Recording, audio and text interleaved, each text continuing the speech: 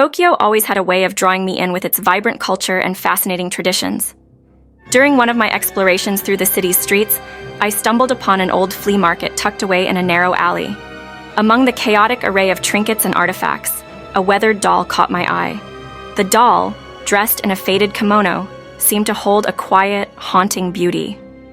Ignoring the shopkeeper's warning glances, I felt an inexplicable pull towards it. I purchased the doll and took it back to my hotel room. That evening, as I settled into the quiet of my room, I placed the doll on the bedside table.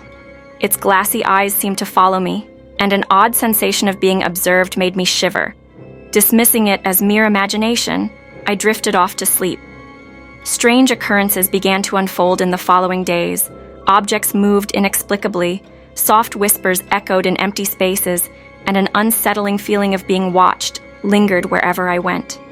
Despite my attempts to rationalize, a sense of unease settled within me, and I couldn't shake the feeling that the doll was somehow linked to these bizarre events. One night, returning to my room, I noticed the doll's position had shifted.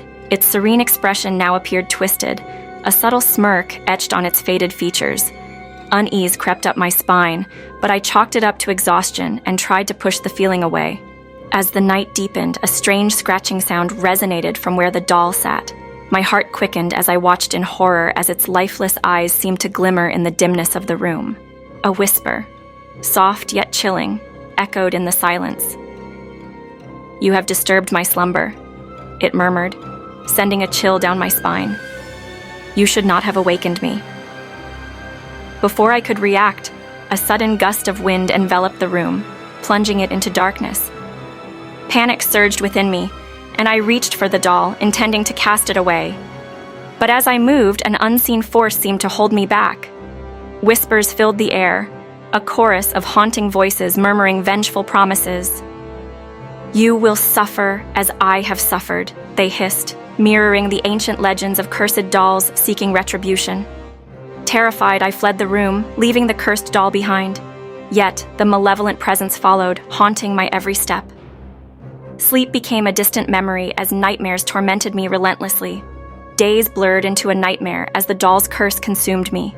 Sanity slipped through my fingers, and the boundary between reality and delusion grew thinner by the hour. I found myself seeking refuge within the corners of my mind, but the chilling whispers persisted, driving me towards madness. Now, confined within the walls of a desolate mental hospital, I recount my harrowing tale. The legend of the living dolls isn't a mere fable, it's a horrifying truth lurking in the shadows, waiting for unsuspecting souls to awaken its malevolence. I became a cautionary tale, a victim of my curiosity and the cursed doll's wrath. Beware the innocuous-looking dolls, for behind their porcelain facades may lurk dark and vengeful spirits beyond comprehension. Heed my warning and tread carefully when delving into the unknown, for the consequences of awakening these malevolent entities are far more terrifying than one could ever imagine.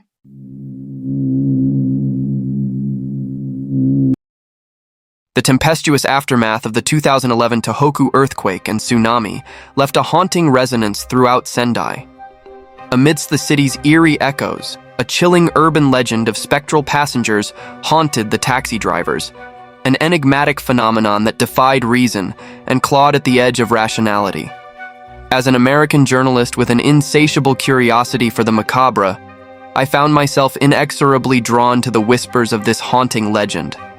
Reports of ghostly encounters by taxi drivers post-disaster intrigued me, and I sought to uncover the truth behind the spectral passengers who vanished before reaching their destination, leaving behind eerie remnants of their ethereal presence.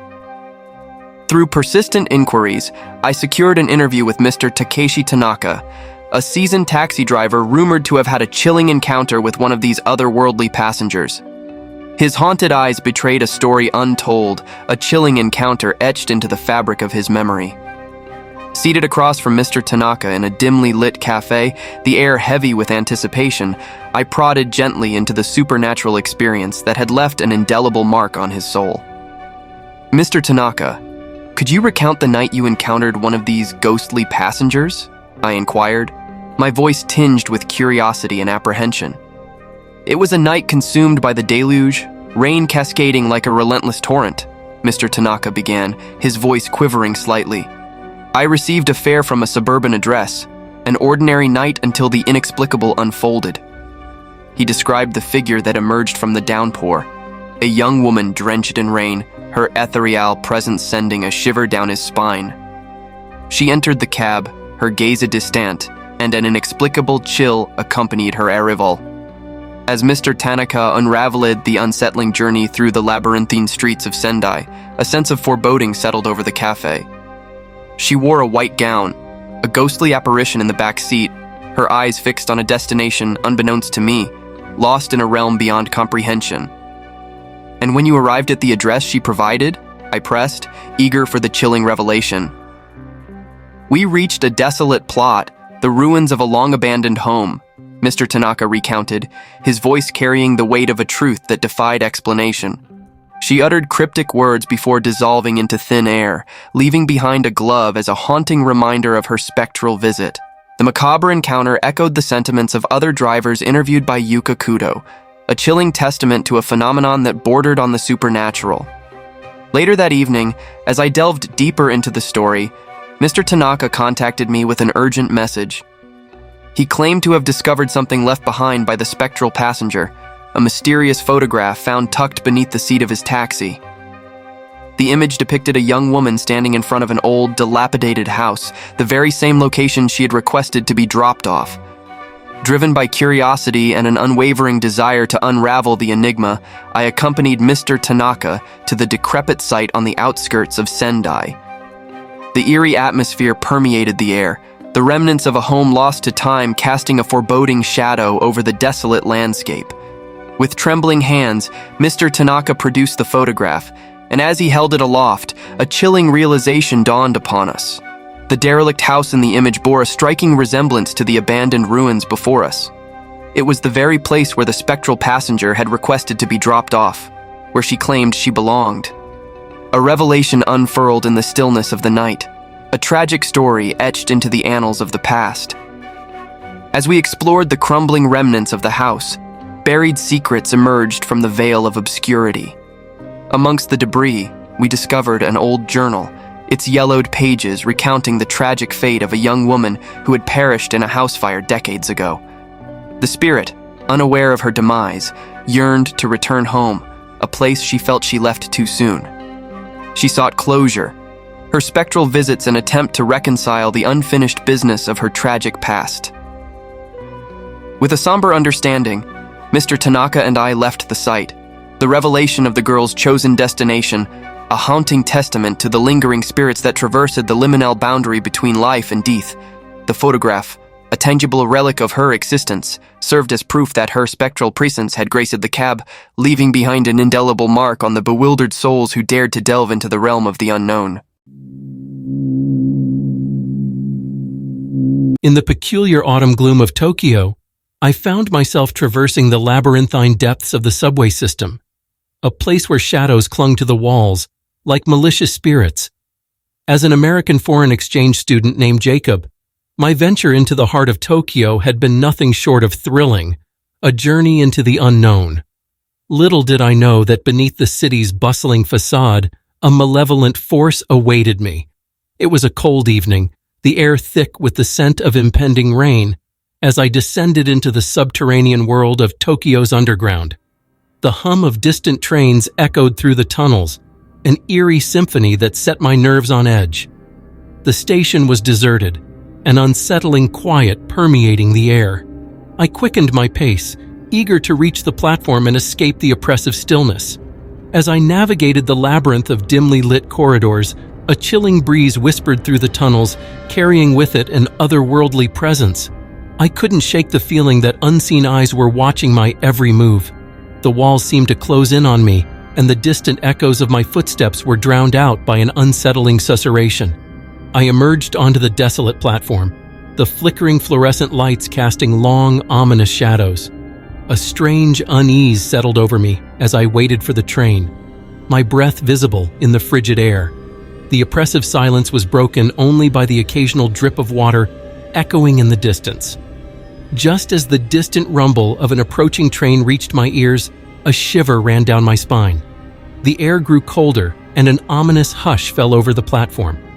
I felt an inexplicable dread, a sensation that crawled under my skin like 1,000 tiny spiders. The train pulled into the station with a screech, its doors opening with a mechanical hiss. I boarded, hoping to escape the unnerving atmosphere that clung to the subway like a malevolent specter. The carriage was empty, save for a few vacant-eyed commuters lost in their own worlds. I found solace in the relative normalcy of their presence. As the train sped through the underground tunnels, I gazed out of the window, trying to shake off the unsettling feeling that had settled over me. The dark tunnels seemed to stretch on forever, a seemingly endless abyss that swallowed the train whole. It was during this uneasy journey that I first glimpsed her, a woman standing at the far end of the carriage. Her face was hidden beneath a cascade of long, jet-black hair, and she wore a tattered white gown that seemed to float around her like a ghostly shroud. Her posture was unnaturally contorted, and her limbs moved with an unsettling disjointedness.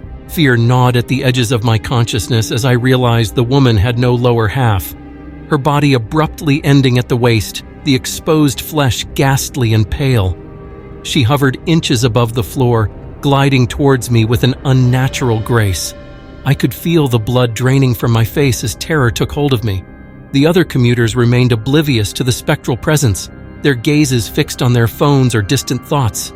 I desperately tried to rationalize the apparition before me, to convince myself that it was a trick of the dim lighting or a figment of my imagination. But then, as the ghostly figure drew closer, her head turned unnaturally, revealing a twisted, mangled visage. Hollow eyes stared into my soul, and a guttural sound escaped her gaping mouth, a sound that echoed with the anguish of 1,000 lost souls. Paralyzed by fear, I could only watch as the spectral entity approached, her spectral form inching ever closer. Panic clawed at my chest, and I stumbled backward, my heart racing in my ears. The other commuters remained oblivious, trapped in an oblivious trance, as if the supernatural entity only existed for me. I turned and fled through the connecting doors, my footsteps echoing through the empty carriages. The rhythmic clatter of the train on the tracks became a maddening drumbeat, driving me deeper into a state of panic. I could feel her presence behind me, a malevolent force that defied the laws of the living. As I stumbled into the next carriage, the apparition followed, her twisted form contorting and writhing. Panic set in, and I sprinted through the train, my breath coming in ragged gasps. The spectral figure pursued me relentlessly, her unearthly wails reverberating through the narrow confines of the subway. I rounded a corner, my eyes wide with terror, and there she was, standing at the end of the carriage, her hollow gaze fixed on me. Time seemed to slow as I realized there was no escape. The train hurtled through the dark tunnels, a speeding coffin carrying me further into the clutches of the supernatural. With a surge of desperate energy, I burst through the doors of the train and stumbled onto the platform. The cold air hit me like a shock, and I sprinted up the stairs, the haunting wails of the spectral entity fading behind me. My heart pounded in my chest as I emerged into the dimly lit station, the apparition left behind in the subterranean depths. I collapsed onto the platform, gasping for breath, my body drenched in cold sweat. The other commuters moved past me, their faces indifferent to the terror I had just experienced. I tried to convince myself that it was a hallucination, a nightmare conjured by the eerie ambience of the Tokyo subway. But as I looked down at my trembling hands, I saw the unmistakable marks of scratches, souvenirs from the supernatural encounter that would forever haunt my memories. The Teke had spared me, leaving me battered and shaken, but alive. As I limped away from the subway station, the chilling realization settled over me. I had brushed against the edge of a realm beyond understanding, and the scars on my flesh bore witness to the otherworldly encounter that would forever linger in the shadows of my mind.